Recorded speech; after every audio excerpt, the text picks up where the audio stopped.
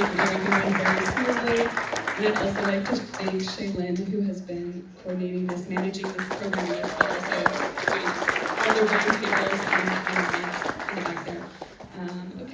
Also a reminder to check out Wrong Husband, which is playing at 8:15 at the Squamish Cultural Center. And now I would like to introduce our moderator for today's panel, David Strasser, film director and elected member, DGCBC Directors Caucus Advisory Committee. David is a prolific, award-winning film and television director and executive producer based in Vancouver. A versatile storyteller, he has directed across mystery, thriller, procedural drama, romance, and holiday genres, with work reaching global audiences on major networks and streamers, including Netflix, Amazon, Peacock, Hallmark, and Lifetime. His projects have earned multiple nominations from the Canadian Screen Awards, Leo Awards, and Directors Guild of Canada Awards. Thank you so much for being here, David. Enjoy the panel. Thank you, everyone. Thank you, Gabrielle. That is a mouthful, so thank you for getting that out. I just want to acknowledge a few people before we get rolling. The DGCBC is really a proud sponsor of Whistler, especially their silver anniversary. We have my fellow caucus member, Heather Hawthorne Doyle, over there, who I'd love to give a shout out to. And for those of you thinking about joining the DGC, being a part of a guild that represents, I think, nearly 7,000 members across the country. I got it right this year. I think I said 25,000 last year, but we'll get there. But shout out to Kendry and Rob, staff, and then Sandy Cooper, who's always in the shadows back there for making this all happen. Like it was mentioned, my name is David Strasser. I'm a director, a producer, and as I just mentioned, a proud member of the DGCBC. I'll be moderating today with these three exciting emerging voices of cinema. I would say their work here is breakout work, and I'm proud to be presenting their stories. And today's conversation is about breakthroughs, the creative ones that change your trajectory, the productive ones that sort of test your limits, and the personal ones that shape your voice as a storyteller. But first, let me do a little introduction. And these are very accomplished people, so the list of their accomplishments is long, so bear with me a little bit. I'd like to introduce Jessie Anthony, writer, director, producer, a true multi-hyphenate in every way, and actor. Absolutely. She is a proud Haudenosaunee woman from the Onondaga Nation, Beaver Clan, born and raised in Six Nations of the Grand River Territory in Ontario. A graduate of Capilano University's Indigenous Independent Filmmaker Program, she is a Telefilm Talent to Watch recipient. Her debut feature, Brother I Cry, won VIF's 2020 Best Emerging Filmmaker Award, Imaginative's 2020 Audience Choice Award, Best Screenwriting at the 2021 International Women's Film Festival, Best Screenwriting and Direction at the 2021 Leo Awards. My goodness.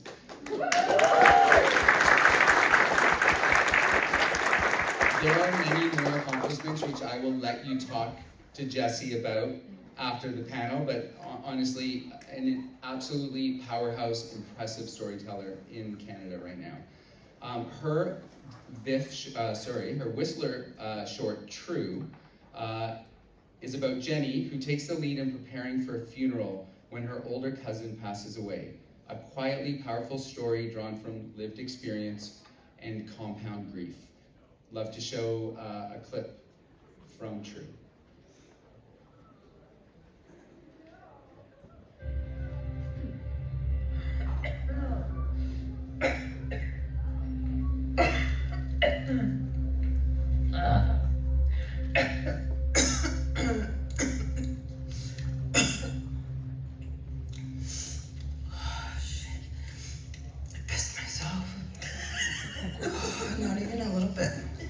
Well, are you wearing Depends? Ease up, I'm not that old. Oh, not, but heck, I couldn't even sneeze without peeing.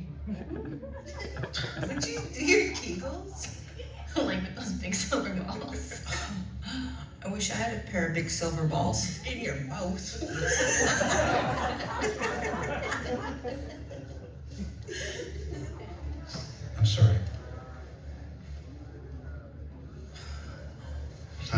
There's a couple of things that I'd like to confirm. True's date of birth is March 10th, 1985. She was a mother, correct? She is a mother. Were there any health issues you knew about? How do I even know that it's her in there? That's because it says here that her father had identified her. What? How? He died like 5 years ago. It's those people. Those people that she's hanging around with. I hated them. She knew I hated her hanging around with them. I'm sorry, I have no information about that. Well, was she physically hurt? We found no evidence of foul play. However, I've sent the report off to the toxicologist for further analysis. The coroner's report states that the cause of death is cardiac arrest from crack cocaine overdose. When do we take care of the casket and stuff? Ontario Works will cover basic funeral arrangements, which includes a standard cardboard box. A cardboard box? Yeah. That's bullshit. What if we want to pay to upgrade it? They don't allow for any upgrades. If you wanted to upgrade, they're gonna expect for you to pay for the whole thing. Is it ugly? It is not horrible. So then it's ugly. Here, I'd send you to sign right there.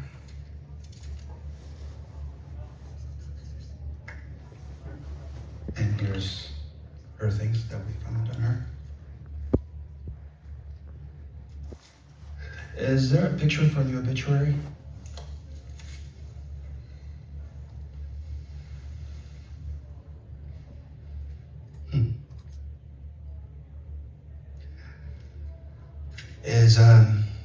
Is everybody coming in? Please follow me.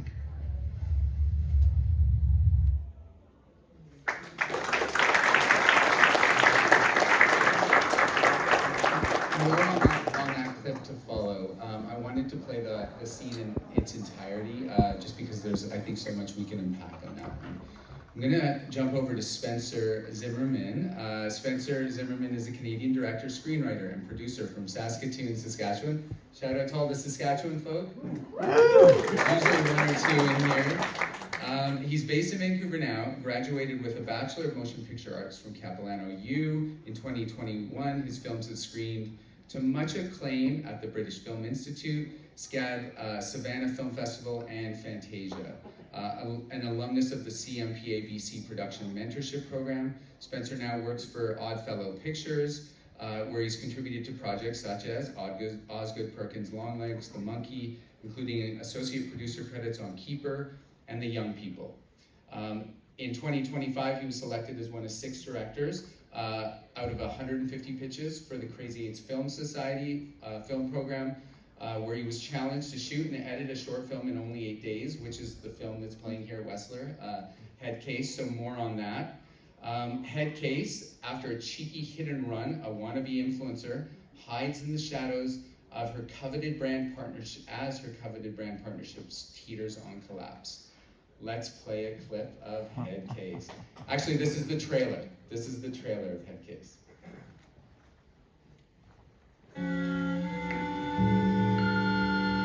Hi, sweet tea, Mom again. I'm sorry to keep calling. I know how busy you are with your content. It's just, I looked into this agent thing and I don't think you're supposed to be paying him, and so he's got you a job, and sorry. We both want you to succeed with the social media thing.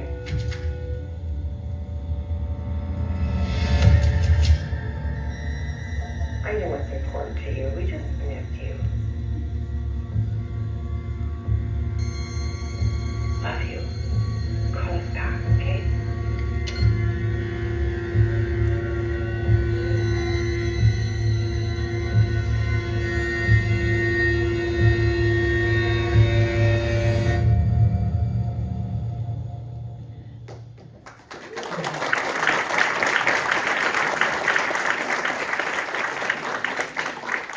If that doesn't make you want to see more, I don't know what will.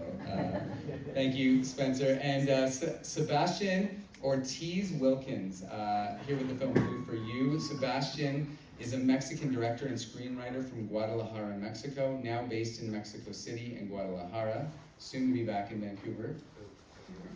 He trained at Vancouver Film School and graduated from BCIT. Sebastian has worked extensively as a script supervisor on numerous features, while also directing award-winning shorts and developing narrative projects that explore cross-cultural stories. His work has screened internationally, and he is currently developing his feature debut in collaboration with Moon 7 Films and Oscar-nominated executive producer Leslie Patterson, All Quiet on the Western Front. Blue for You, a haunting meditation on obsession and fantasy. A legendary actress, tender, poetic romance fractures as a shadowy presence intrudes and the line between love and delusion dissolves.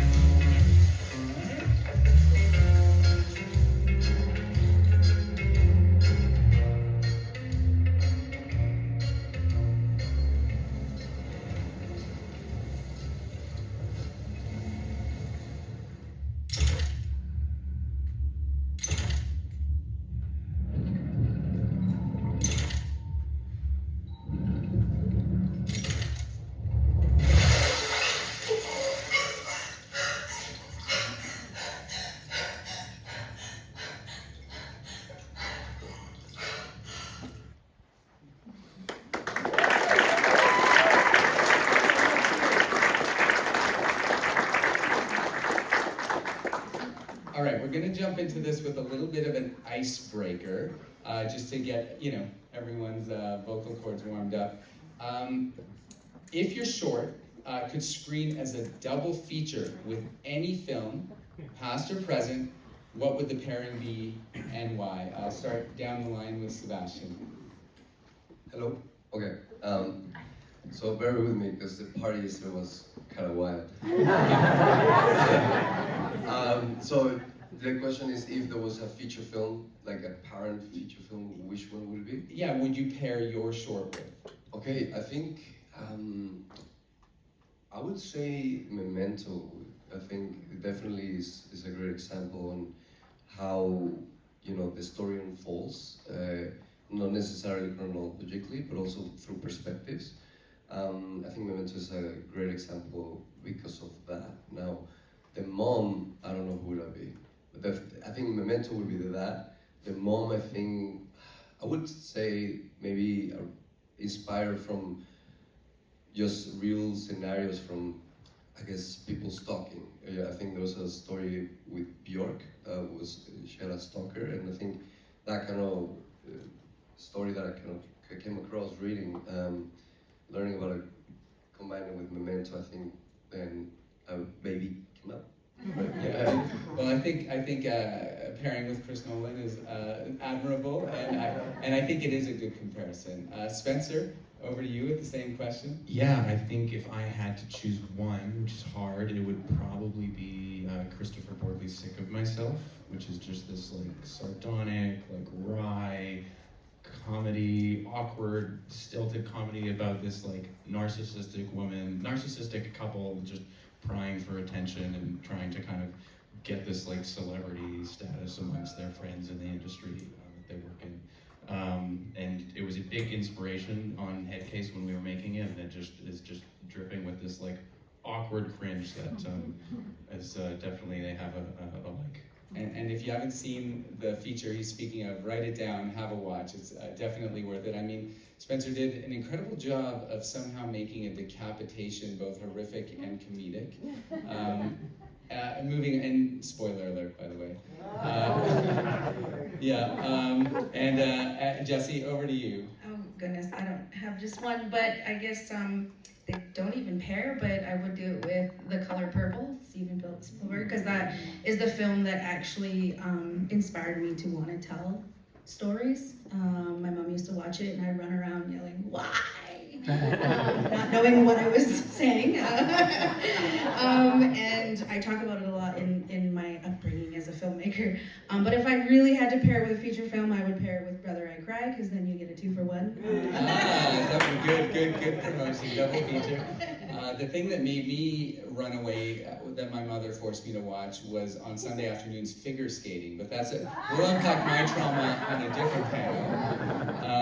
And now I am a huge fan of figure skating, oddly enough. Okay, switching over into your creative journeys and pivotal moments, which is the heart of the program. Your creative journeys and the pivotal moments behind these films. Each of your shorts carries a strong point of view. What was the initial spark, and when did that project click into place? I'm going to start where I left off with you, Jessie. You've shared that True comes from a very personal place, layered in both grief and community. How did your emotional experience shape the story, and how did you hold space for vulnerability when telling this culturally grounded story like this? Oh, good question. So this story is inspired by my cousin Trudy's passing in 2017. She had an overdose, and we didn't get to identify the body for about 4 or 5 days because they had said that her father had identified her. So all of that is very much true. All the events are true. And so I wrote it. I was doing a at-risk youth film camp in Merritt. So I had went home for the funeral, had all this stuff to do, went to work at this camp, and the story came out in like a day, like in one night. I sat down and I wrote 10 pages. It just flowed through, and I was crying through the process because I was remembering everything that I had went through. It was a powerful moment for my female family members and myself to go in and identify her, dress her, and it had like there was lots of laughter, but there was also these moments of like, is this real? Is this happening? And just reclaiming grief and knowing like she wasn't just somebody that passed from an overdose. This is our cousin, our sister, our mother, our matriarch, a matriarch in our family. And so I'm big on prayer, and I'm big on like, I was just talking to my friend Sarah about, I'm getting this urge to write, and it starts here and then it just starts to go and go, and I'm like, okay, I gotta get things sorted. So almost like nesting, so I can just sit and write, right? But that's kind of what happened, but it flowed, and I said, whatever you want me to say, and I wrote this. It had some development, and it took a long time. I didn't film it until 2023. So I hope that answered the question. No, it was an exceptional answer, and I think when inspiration strikes, hands up if you're a writer in the room, hands up if you're a storyteller. I think that covers, I'm gonna assume it's gonna cover everyone in here. But like when inspiration strikes, we've all had those moments. Well, it was also like very delicate because I couldn't film this project until I had all the permission from my family, from her children, from her ex-husband. Like, I really needed to, because I did have an aunt that said, no, you're not telling my story. And she's very much part of that story. And it took her a little while to say, actually, yes, you can, it's your perspective. But I didn't film it for a very long time because she did not want me to have her in that, and I couldn't really do it without her. So there was that vulnerability, that even showing them the rough cut, we filmed in Trudy's mother's house, and she really wanted that. She really was part of the process. The mother actress we didn't find until the day before. They were actually, Jennifer Pedetsky was going to take the role, but she had taken another project, so I was scrambling. And I really wanted people from my community because it is, I think Gina, who plays the mom, she never acted before, but she had lost a sister, had to identify the body, had to go through all of that. So there was this authenticity that she brought as well, never having acted before. So yeah, and she talked to my aunt. So it was really delicate to say, is this okay to tell? You know, why am I always telling death stories? But when I'm not making films, I'm also a spiritual medium, so it makes sense. Wow. Yeah, so. And the film it's deeply emotional and it's incredibly grounded. And the scene we chose to show you shows, you know, how Jessie navigates levity within this extremely, you know, this bereaved family. And you know, I would have never guessed Mom was played by a non-actor because it is just, it's grounded, it's centered. And so kudos to you as a director for finding that. Yeah, thank you. Yeah. Jumping over, I'm gonna jump over you, Spencer, to Sebastian. There's something hauntingly elegant, and I mean it. The Blue for You is an elegantly executed film in all regards. It's romantic, but there's this edge of unease throughout. What inspired the tone of the piece, and how did you find the right balance between dream and disturbance? Well, thank you so much. Appreciate it for the question.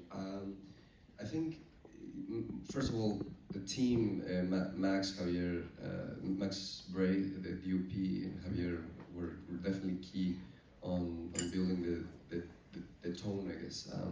We're working a lot in Kelowna together for you know, a couple MOWs, and we would be wrapping the show, but they would go home like just brainstorming, right? Like, what if, you know, we could do whatever we wanted, right? And I think definitely big key for everything was the music from the band This Lonesome Paradise. It's just an incredible band. They compose beautiful music, and I had like a really good relationship with Eric, the composer and the musician, and they really just gave me the freedom to play with whatever I wanted to tell throughout the story, something I can come up with. So if you listen to the music, it was just kind of putting the puzzle together, listening to the music, and once we had this structure of the story, then it was just all about how can we make it like challenging, you know, like how can this become you know, a fun thing to be unfolding, right? And it plays through perspectives, the film, because you think that you're in a perspective with Consuelo, but then you're always in the perspective with Carcio. And I think, yeah, I mean, working, you know, nonstop on sets and with Max Bray, my dear friend and incredible talented DOP and camera operator, we were always on set just brainstorming. I mean, we were doing a lot of car scenes, you know, for these films, and we were like on the side, like, what if we were doing this shot from here, right? Like, and then they would be like, Sebastian, what's the line? I'm like, shit, like, because you know, I'm spiritualizing, right? And so it was a lot of distraction, but a lot of the inspiration came from that, just really trying to see outside the box from something that we were working on, which these films are so much fun, but we wanted always to do something for ourselves. And I think the hunger to just think outside the box was working on a lot of films, but it was just a great collaboration. And then of course, just working as well with Osvaldo, our editor, is putting it together. Michael Warnock, great writer partner, but then figuring out like how can we make this, you know, so much fun, and trusting that the audience are gonna understand it. There's an expression in Spanish, is like, trust your audience that they're not dumb, you know. So I think it was kind of going into that direction. So, but yeah, thank you. What I thought was, you know, knowing the story that you've been working on MOWs, working heavily in script as a script supervisor, what I appreciated about the composition of your film was, you know, this wasn't a master, you know, 50-50 coverage. It was, every shot was very intentional, and you can see the craft was of incredible importance for the structure of this film. Yeah, thank you so much. Appreciate it. So moving on, Spencer, last but not least, Headcase is razor sharp and satirical, but there's a real anxiety under the humor. What drew you to a world of influencer morality, and what surprised you most when translating this concept from script to screen? That's a great question. I feel like I've always been kind of fascinated with just celebrity in general, and the way that people ascribe so much value to idols, and how people want to be idols and other people need idols, and you can kind of both need one and want to be one at the same time. And I know I've been working on like another short film for a while that was kind of in similar territory, but it never really materialized. But the last short film I had made was like, it was like a space epic, like a very sci-fi kind of thing, and I just felt like I'm not really doing anything that's like touching on the world that we're living in. I want to do something that kind of talks about like the crazy reality we find ourselves in. So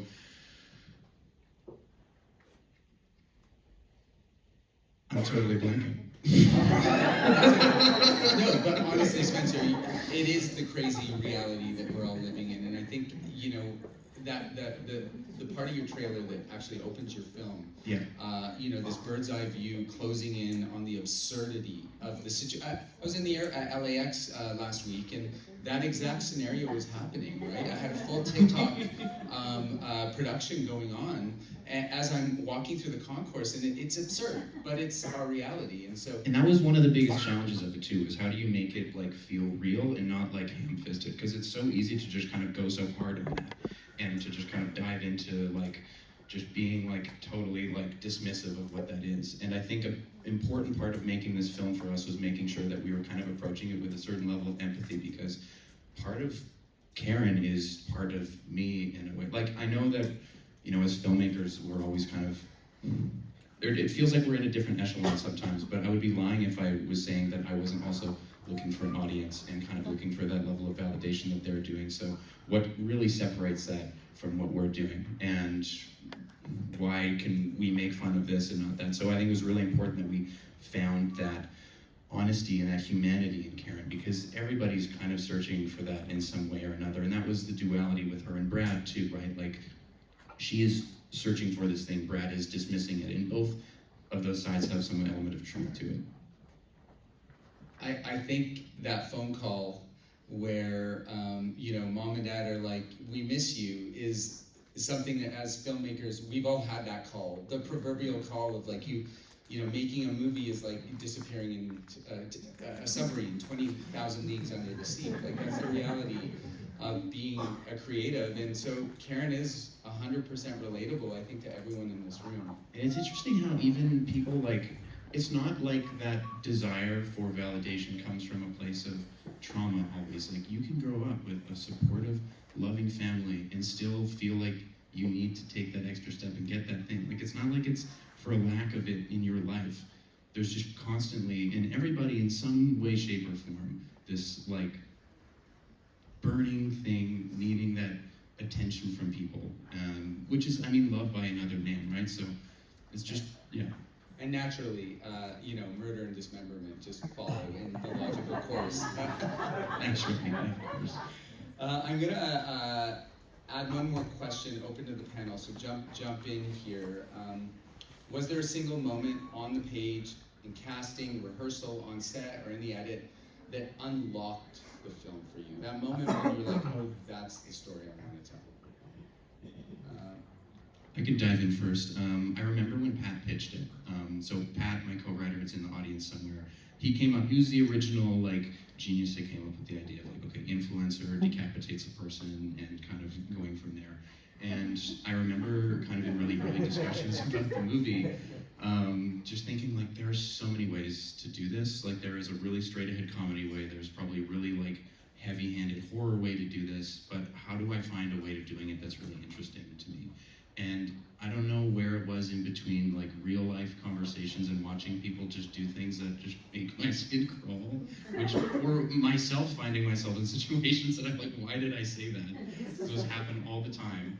I think it was on a rewatch of The Curse, the Benny Safdie, Nathan Fielder show, where I was like, okay, that's where the comedy can come from. It doesn't have to be quips, and we do have a few kind of more jokey moments, but what we really want to lean into is just that like painful, awkward, like watching of this person fumbling through an experience. And I think that kind of unlocked the movie in that it informed everything. It informed how we were approaching performance. We were trying to really make it grounded and make things kind of be like wry and not overdoing it, right? Like really paring it back. It informed how our cinematography was going to work. We wanted to feel very observational, like you're kind of like an outsider looking in at this like awful experience. And it even informed things like kind of how we were approaching like the head and the physics of the head and how that works. Like obviously it's a talking head and it's like somehow magical in some way, but I didn't want it to be like sitting upright on the table. We always wanted it to be like, okay, imagine there's really a head. How would gravity affect it? Where would it be sitting? So we were always, that kind of just flowed through everything we were doing once we kind of figured that out. Yeah, and tonally, The Curse is a great comparison. It is that sort of the evolution of the Michael Scott cringe-worthy moments where it's grounded in just the sad nature of people's personalities in this case, and in the case of The Curse. I'm going to jump forward to production a little bit, and Jessie, I have a question for you. You've worked on both features, series. How did the process of directing True compare, and what kind of atmosphere do you like to try and create on set, especially given the emotional content that your work gravitates towards? That's a really good question, because in True, I decided to act in it as well as direct and produce and community liaison and write and all of the things that I don't want to do again. No, I'm kidding. So I've always, I think, starting as a, coming from the Indigenous Independent Filmmaking Program, in a place where I didn't have to explain myself as an Indigenous person, especially as an Indigenous woman, storyteller. I was just able to be. And so that's really where I got a lot of my tools from in order to like apply them to set. We would have hands-on like camera directing for the camera, all that sort of stuff, and I just kind of observed. And when I finally got one of my first opportunities, I was ADing underneath Ingaloo, and I really felt like the filmmakers at the time took the time to prayer and smudge in the way that they would, specific to their nation. So, it was the same as I moved into my own ADing and directing. I shot Brother I Cry here, but I'm Haudenosaunee, so we have different types of traditions, but I was on Stolo territory. So, we honored Stolo territory by having, somebody come in. We still offered smudging because it was a difficult conversation. And then I had my own ways of prayer and, honoring that story. So being able to shoot my own territory at home, it was the same thing. I had a speaker come out and we do something called we have an opening address that we do and we close with it at the same time, which I'm currently in full-time adult immersion, and the goal is to be able to do that myself. So we have somebody come in, they do the whole Ganyohonyo or Gahanyo, which is a Thanksgiving address. And we start the day with allowing people to smudge or, whatever type of prayer that they would need. And at any point, if they need to take a break or, if I need to take a break, True was harder because I did rely on my producer a lot, who was also the cinematographer, to kind of guide me, and I think that's where there should have been a little bit more conversation. But we're a team, and I think it worked well.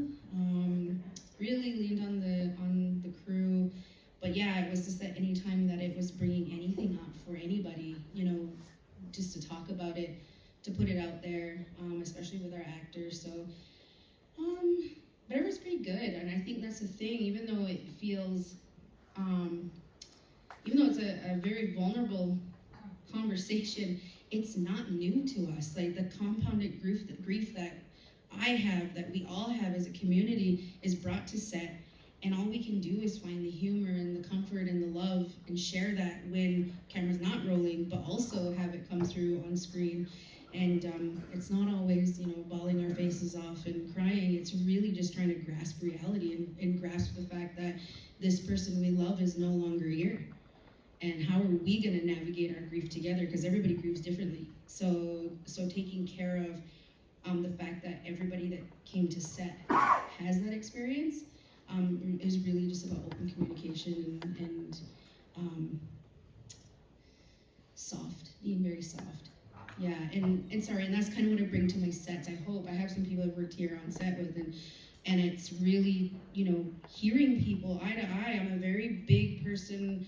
I'm a crew producer. I love my crew, and I will take care of my crew, because without your crew, you don't have a film. You can write it, you can have it there, but if your crew is not happy,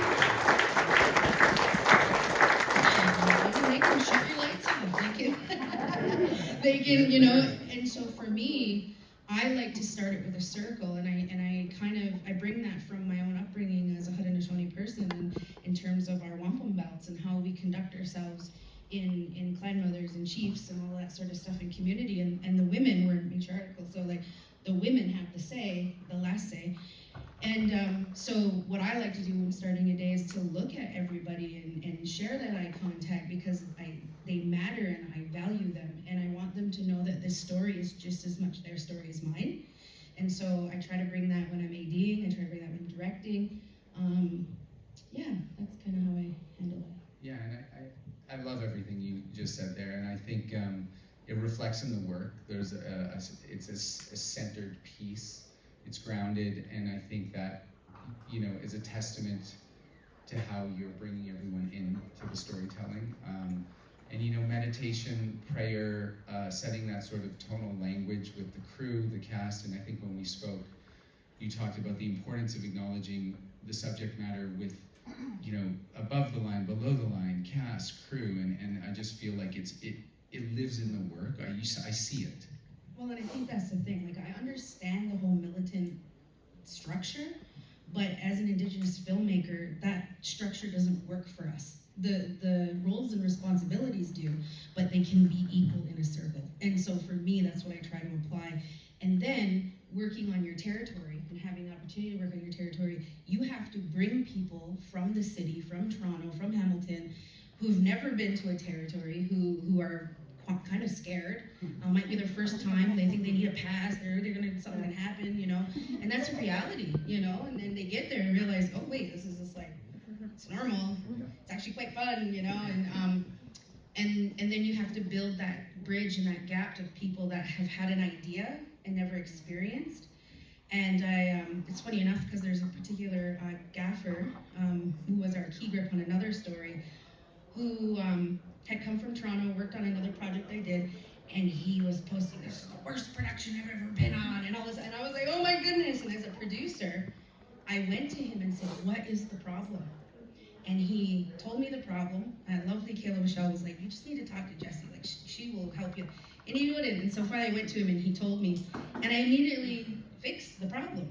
And then he was posting like, I've never been heard by production before. And he actually came back and shot True with us, and him and I really, like, we're buds now. And a testament, yeah. A real testament.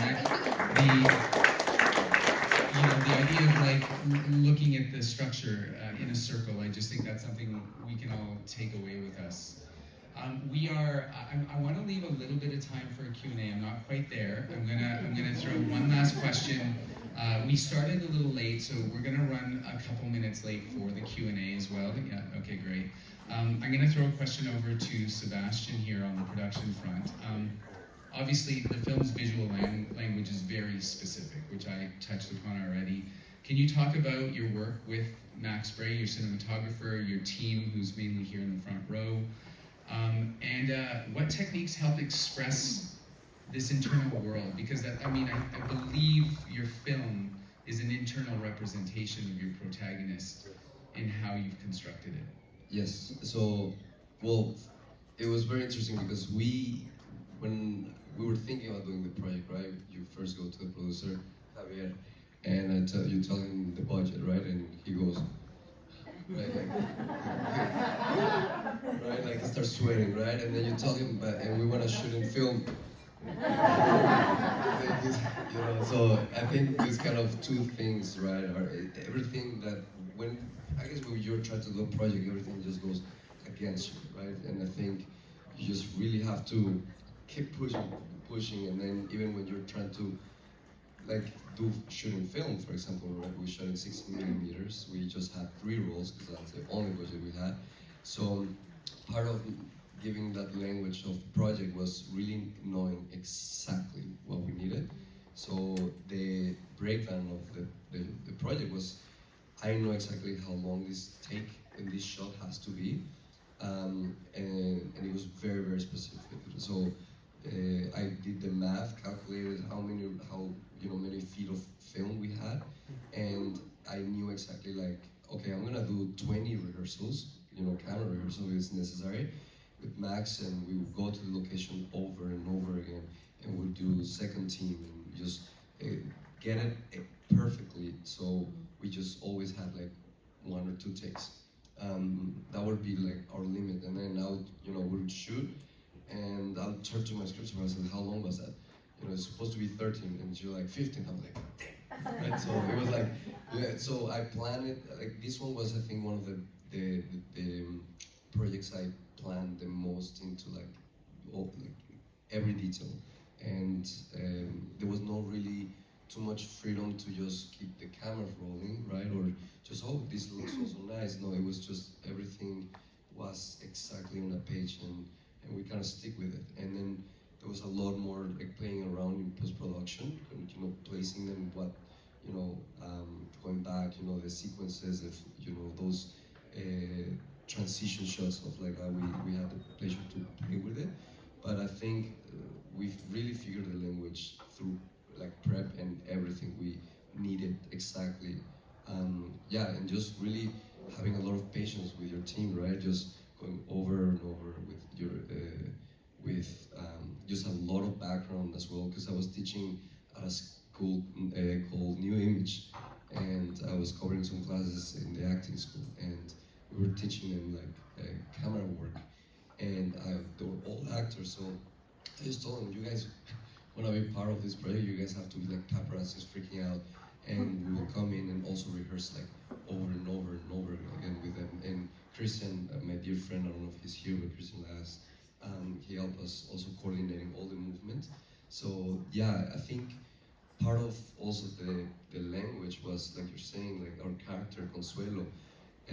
Everything turns out to be the perspective of Carcio, because Carcio is obsessed with Consuelo, but then you see Consuelo, and Consuelo is obsessed with herself.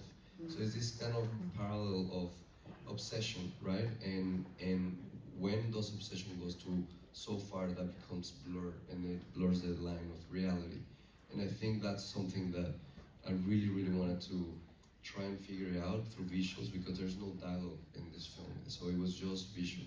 And the music kind of also, like I said, it guides us through the entire thing, and then it kind of we go silence, and then it's just this great sound design, I think, that paints a little bit more the emotions and the essence. But I think nowadays we see these people, like these famous people, and we, their aura, right? Like Michael Jackson aura or Marilyn Monroe aura. But then, what is it actually behind? Like when they're in their private world, like are they seeing themselves as them as well, or they see, or they look at themselves like as a different person, like a mask? So I think part of that is, when two characters are obsessed with someone, right, and then maybe that person is obsessed with themselves as well. So that was kind of the language that we were trying to figure out. Yeah, and I'm not a purist, but I feel like your film is persuading me to go that direction. The choice to shoot this project on film was an excellent choice. I feel like it gives the audience an inside perspective that I don't think we would have gotten with digital. So I commend you on that choice. I think it was the right choice, great visual language. And all three of these films, if you haven't seen them yet, I recommend you watch them. We are sitting with three of the best of Fest here, and I'm very proud to have been able to moderate them. I do think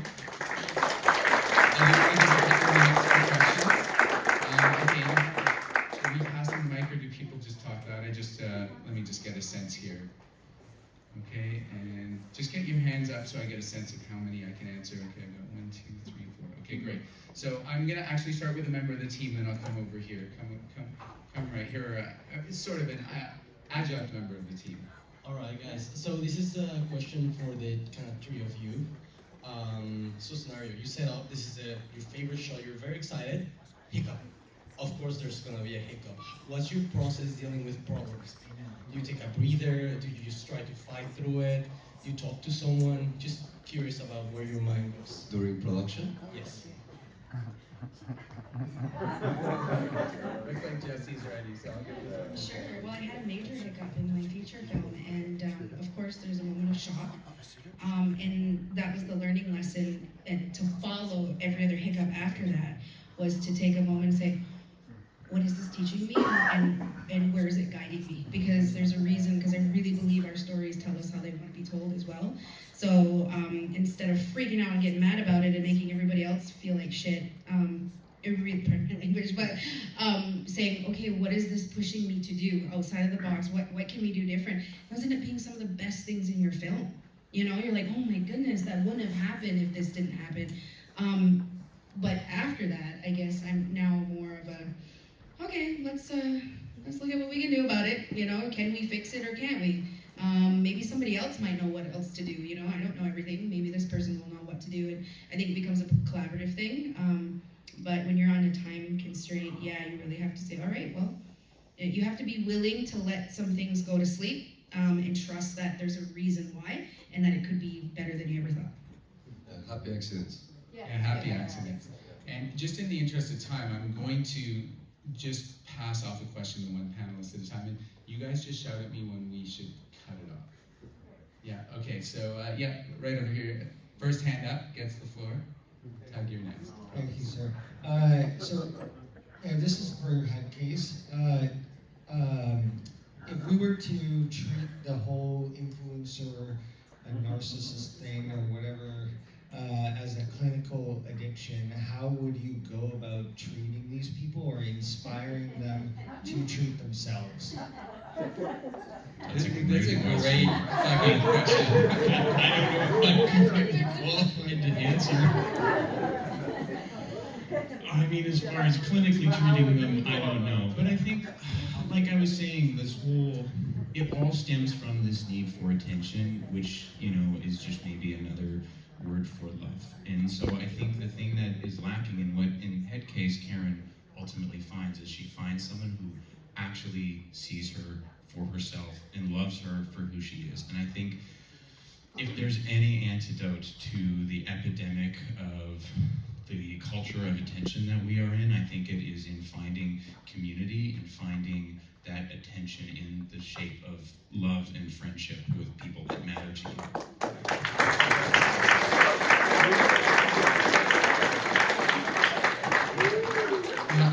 Love is all you need, right? Tug, you were so eager. I'm gonna throw it to you for your question. Oh, the mic's gonna come back, and then we'll jump back for the last one here. Okay, we have time for Tug, a brief answer and one more, and the rest of you will revisit your questions in the lobby. Okay, I guess anyone who has a better answer, jump in. You're up on stage as an emerging artist, an emerging storyteller. Where do you see the place where you would consider yourself emerged, established? And what needs to happen for you to help you get there? What do you need? And you can't say money.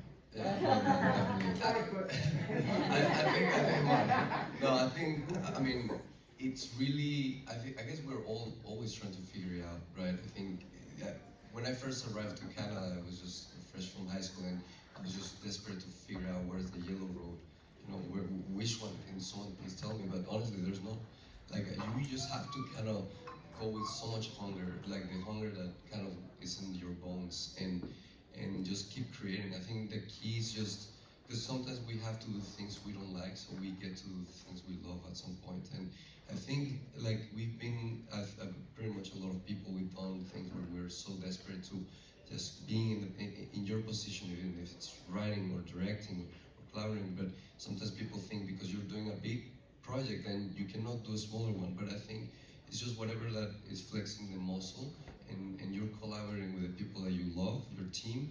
I think, I don't know exactly where the emerging kind of transform into it, but I mean, the fact that we're just speaking here, it's something in my heart tells me maybe I'm doing something right, and it's a big honor to be here. So I think, yeah, I don't know. I think we're all trying to figure it out, but the support is just beautiful, and yeah, just trust the process.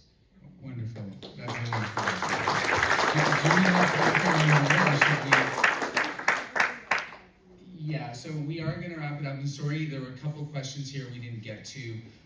This has been my absolute pleasure. You've been a wonderful audience. This panel, oh my God, let's give them a round of applause.